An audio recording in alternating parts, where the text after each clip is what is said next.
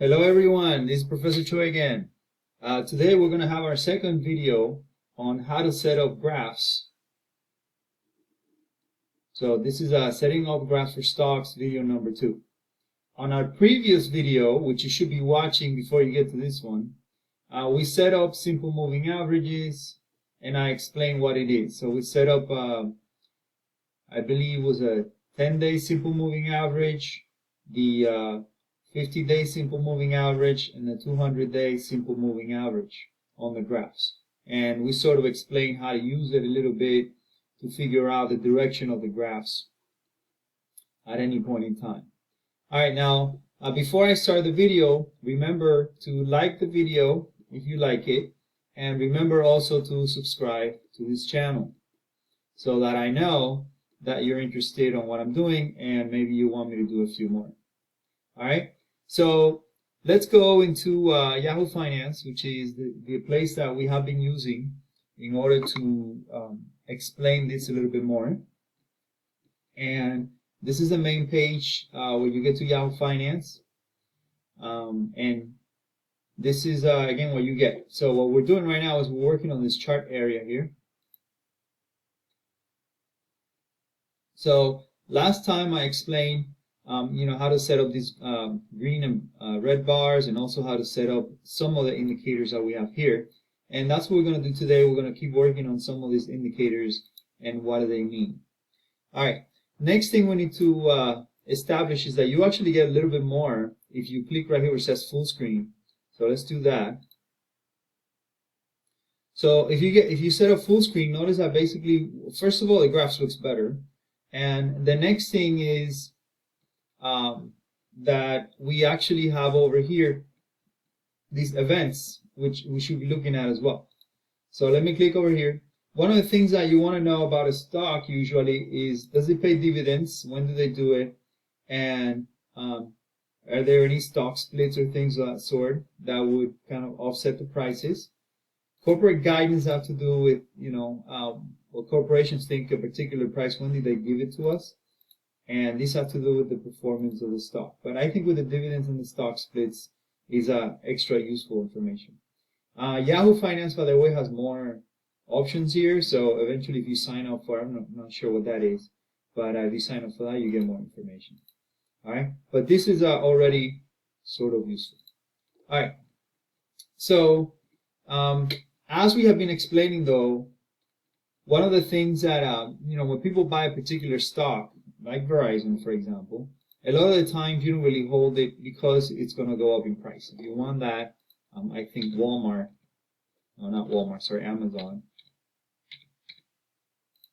will do a much better job over time than if you're looking for something with a steady dividend, right? So there are particular stocks that people buy simply because they pay dividends. They don't want to worry about it too much. Another example of that is Verizon Communications, right? But there are particular times where it's better to come in because, if the stock is going down in price, then it might not be that useful, to lose value as you're getting paid some money, okay? So anyway, there are particular times that are better to buy and particular times that are not so good to buy. So let's add up a couple more indicators. Another useful indicator is this one right here called the RSI. RSI is basically the relative strength indicator, relative strength index. And the RSI is basically this line right down here. Now, what does the RSI basically is? So the RSI, what it does, it takes order flow and it looks at how many orders of buying is coming in compared to how many orders of selling. So it sort of looks at volume. And by the way, volume are these bars that you see here in green and red. Okay? So higher the volume just means more trading. And lower bars means less trading. So volume just has to do with how much stock exchange hand on a particular day. Green volume basically means that the stock ended up growing on that day, going up in price. And red volume means it sold off. But it doesn't mean that all of that was selling or all of that was buying, right? Remember that every time somebody sells, they have to sell it to somebody. And every time somebody buys, they have to buy it from somebody. So basically, volume just counts amount of transactions. Right? So anyway, the RSI is an indicator of when something is what they call overbought or oversold. Okay? Now, at 50, it's supposed to be a sort of neutral indication. So it's not telling you that a stock is either too overbought or too oversold. It's just telling you that it is in neutral mode. That again usually means that the amount of orders of buying and selling coming in is about the same. Now, if you have instead a very low RSI, as you can see here, this is what they say. They call it an oversold stock. So overselling is usually an indication that it might be a good time to buy. Okay, it means that pretty much everybody who wanted to sell probably already sold, and then the next leg of the trip is probably going to be on the higher side. Okay, if you got to the higher side of the indicator, and usually somewhere around 70 to 80 on this indicator means overbought in this case if it's on the higher side.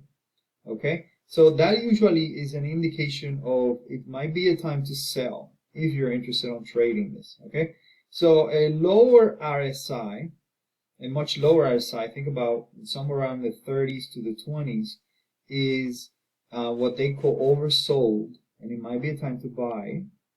And if you're up here, it might be a time to sell. Okay, so a high RSI indicates overbought, which means again it's a time to sell, and a lower indicator on the RSI means oversold, which might be it's a time to buy. And I know some of that stuff sounds counterintuitive, but a lot of the stuff in the stock market can be counterintuitive. It sounds very cliche, by the way, when we say this all the time in the stock market, but prices go up and down, and you want to buy low and you want to sell high.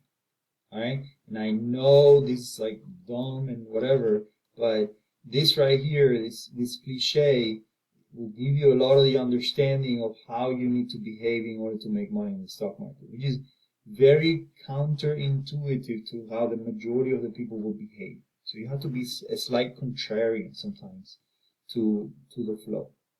All right, so anyway, that's the RSI. Now let's put that together with something called the Bollinger Band. So let's come over here where indicators, and let's put this Bollinger Band. Now the Bollinger Band is constructed using moving averages, okay? And you can set it up for a simple moving average, exponential moving average, or there are all these different ones like weighted moving average, okay?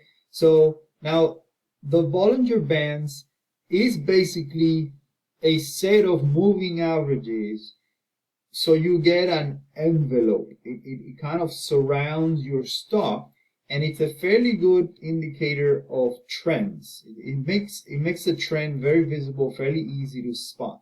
Okay, so I'm just going to keep it as it is right now, which is usually fairly useful. Okay, so this is again the stock of Verizon, and what we're doing is we're looking at RSI and the Bollinger Bands together and see if we can spot any trends. Now, I always like to teach really long-term trends because they're a heck of a lot easier to spot than short-term trends.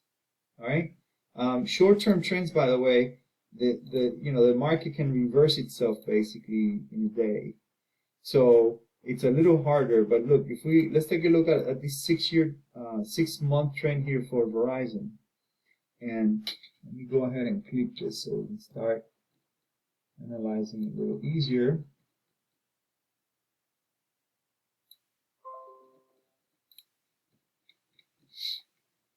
All right, so during this time period here, so we got our Bollinger Band set up. Remember, these lines are basically the actual price of the stock. This is the Bollinger Bands that we just set up. So this is the center of the Bollinger Band, and you've got a high and a low.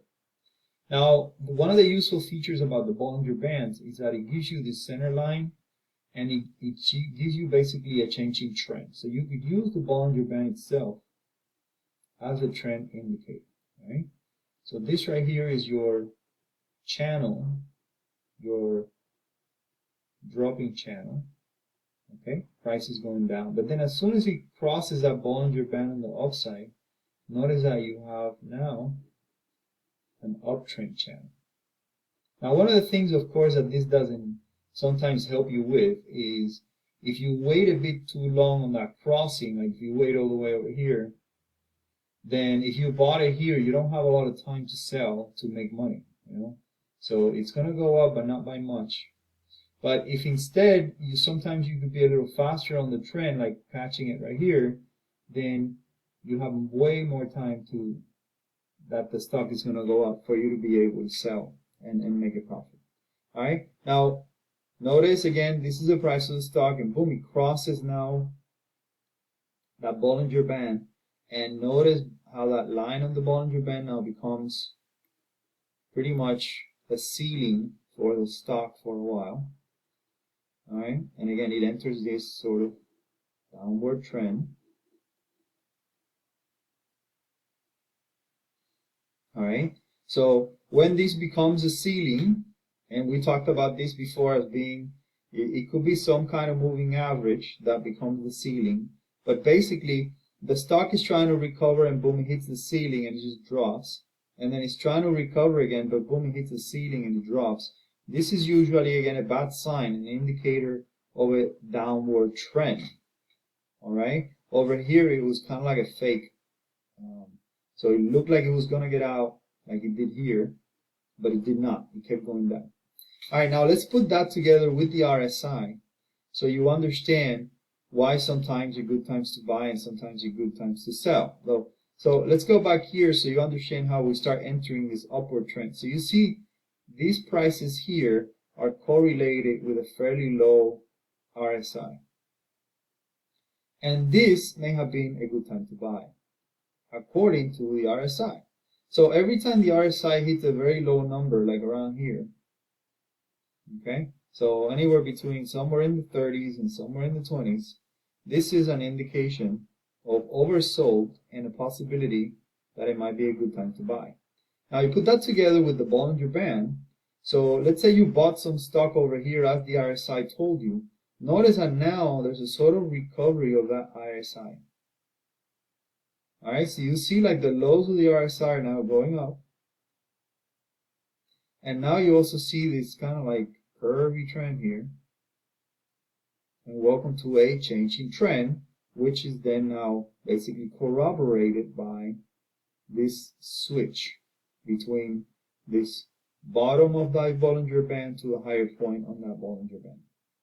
All right, now at some point, imagine you would have basically bought here on the low RSI, and you would have kind of sold up here just on the high RSI signal. So it just right here, you use your RSI as a sort of sell signal. All right, and let's see if it would have been correct. So if we would have sold on this high RSI, bought on the low one, we would have sold somewhere around here, which is not a bad sign, or somewhere around here, which is again not a bad place to be. So somewhere around here you would have sold, and somewhere around here you would have bought. All right, again, that's if you're interested on, buying the stock, kind of like trading it. If you don't want to trade it, then basically what you do is you wait for these conditions to buy, and then you just hold. All right. In the case of Verizon, of course, as I said, it pays a dividend, so it just basically sit on that collection of dividends. All right, now let's go back on this one here. So the RSI was sort of giving you a buy signal somewhere on here. It's giving you a definitely buy signal somewhere around here. Notice how, again, the RSI is kind of like on a downward trend, albeit not as steep as this one. Okay, so good buy signals would have been given to you right here, where RSI is extremely low. And notice again that we are now touching this bottom side on that Bollinger Band. So somewhere around here, the RSI would have given you a pretty good buy signal. And then all of a sudden it does this. Alright? Really high volume day on the green side. So somebody, let's call him a fat cat. Alright? Somebody with a lot of money just jumped on the ship right around here. High volume on the green side. Alright? And that creates pretty much a solid bottom for our stock. As I was mentioning, in the last one, the bottoms usually come flat. It's a price. So there's a price somewhere where, let's call him a fat cat, alright? But somebody with a lot of money wants to buy. And that's when they jump. Okay? And you see the high green volume, and you see the flatness at that particular price. Alright? Now, of course, as you can see, the stock would have then wiggled. So it may have looked, like a fake to you, but you see everything then recovering, RSI is kind of like, as you can see, on a sort of slow upward trend, and then we would have crossed at some point that Bollinger Band, and it seems to be on an upward trend that you might want to pick up. So it seems to be at an early upward trend. Now, if you're looking at it right now, you see this right here? This might be a really good time to buy because the RSI is kind of like on the normal side, okay? But it seems to be entering this upward trend. Now, of course, again, the best time to buy this time around would have been here, okay? But it doesn't mean it's a bad time now. It just seems to be on the low side of that band, and we're going uphill on that Bollinger Band. All right? So, hey, I hope you like this particular video. So, in this particular video, again, we just kind of talked about how to use the RSI together with the movement of the Bollinger Bands, which you can set up pretty fast, to look at entry points. Now, before I leave this though, I want to talk about indexes, because indexes don't behave the same as stocks. Stocks, as you can see, are very, very fidgety. They go up and down quite a lot. Indexes don't. And this is a good thing if you want to basically buy and hold for a really long time. It is not such a good thing if you're interested on trading. Trading indexes probably won't make you that much money. Trading stocks are a heck of a lot more volatile. So, but if you're looking at trends, using the RSI and using the Bollinger Bands, this is a Spider S&P 500 index. All right. A lot of these trends are very easy to spot. Very, very easy to spot. But you do get these fake outs, okay, where you have to, check yourself. So this right here is this is COVID-19. And this created, of course, a recession in the US. But notice that it goes down very fast. And then if you would have kept this upward trend, it would have sort of stopped going down right around here, but it didn't, just kept going down. So this is an obvious change in trend, and now you're in a very fast downtrend for that stock. And again, notice that it goes on the lower side of the Bollinger Band. All right. Notice also it would have been giving you sell signals here, here, and here on the RSI. Remember, at the top of the RSI, you sell, you buy on the bottom. Okay.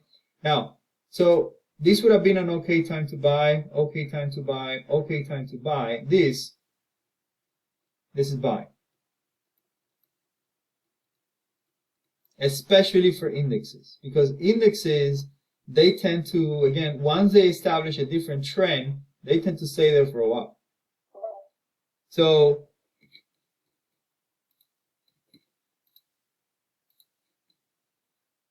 all right, so again, really low RSI usually is an indicator of something is oversold. So you would have picked it up as soon as these RSI start touching a very low number, which again, correlated to the actual price of the stock, would have been somewhere around here, maybe too early, okay, compared to the whole drop. But it would have been telling you to basically get it somewhere around there, because the RSI is pretty low. So you would have bought some of it here, maybe some of it here, and you would have basically bought on this area here, and then eventually crosses that Bollinger Band again on the top side, and there we are on a general upward trend for the index. Now we're at the, pretty much it stays most of the time higher on my half of the Bollinger Band. Alright, notice again this bottom here, as I mentioned, they are flat. Bottoms are flat usually. It's a number where lots of people like to come in. And you see the green bars here. Okay, you get all that green together right there. Okay, high volume on the green side. That's usually a sign that a fat cat has picked the bottom. Okay, you got bottoms here, you got bottoms there. All right, you can even talk about this right here.